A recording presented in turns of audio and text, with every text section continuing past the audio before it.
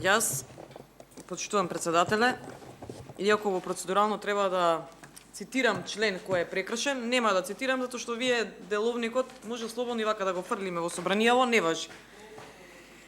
Јас сум запрепастена од селективното толкување прво на деловникот,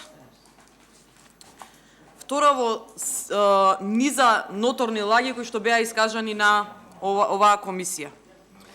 Да не сум присутна нон-стоп, нема да земам збор, ама присутна сум нон-стоп и сум сведок на се што се случува. Во делот на неуредност на амандмани, всушност вие повторно имате селективност, бидејќи се базирате на форма, а не на суштина. Ако вам ви беше до дебата, ќе ги прифатевте амандманите и немаше технички дали се исправни или не, суштината беше многу поважна од самата форма на амандманите, но вие така одлучивте.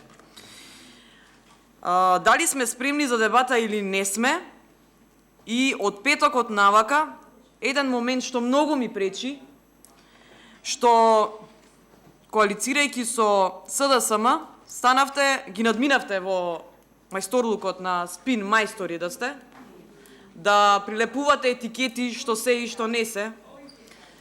Па така цело време секоја дебата кога се зборува за државјанство ја вртите на национална основа, што во ниту еден момент во мојата дебата и на моите колеги ниту спомнавме на национална основа, а за процедурата која што ве уверувам, колешки, дека е многу прекршена, дека не треба законот тука да се гледа, дека матично работно тело е одбрана и безбедност, не значи ако го прилепите европското знаменце и владата го стави и дека по дефолт тоа се подразбира. Конвенција ви објасни професорката Сијановска дека воопшто не можете да се повикате на конвенција. Вие немате европска регулатива, не е за смеење, не е за плачење, за редење работава во државата. До толку го симнавте нивото.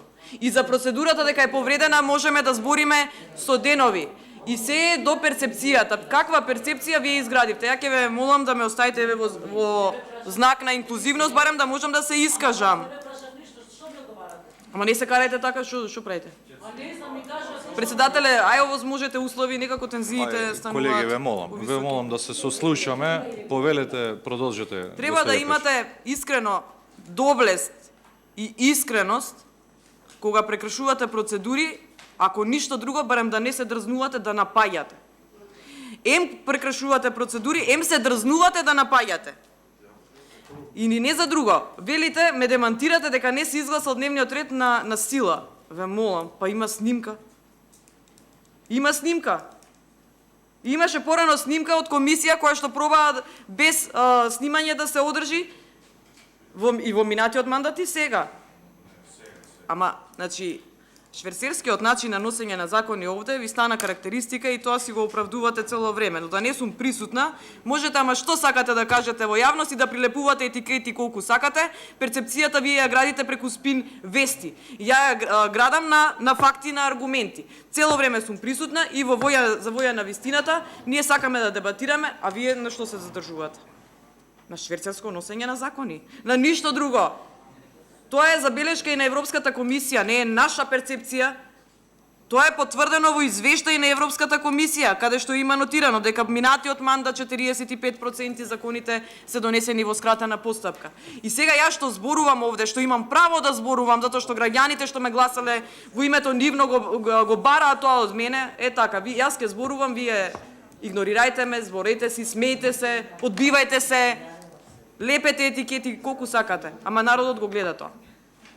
И сега во име на граѓаните, јас имам право да зборувам процедурално, а вие се дрзнувате да прилепувате етикети. И сега јас, откако реков да биде предлагачот овде, за жал добив порака дека треба да се појавиме на Комисијата за политички систем. Еве ја ако успеам да се клонирам дека денеска има 2 седници на Комисија за политички систем, еве кажувам пред јавноста, ако успеам да се клонирам, или ако не ќе се распределам по една рака, по една нога, ќе се поделиме по комисиите и така ќе стигнеме.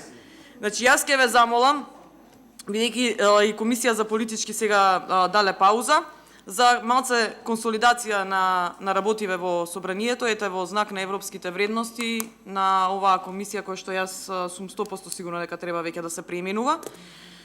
да дадете половина час пауза за да можеме да се консолидираме. Благодарам.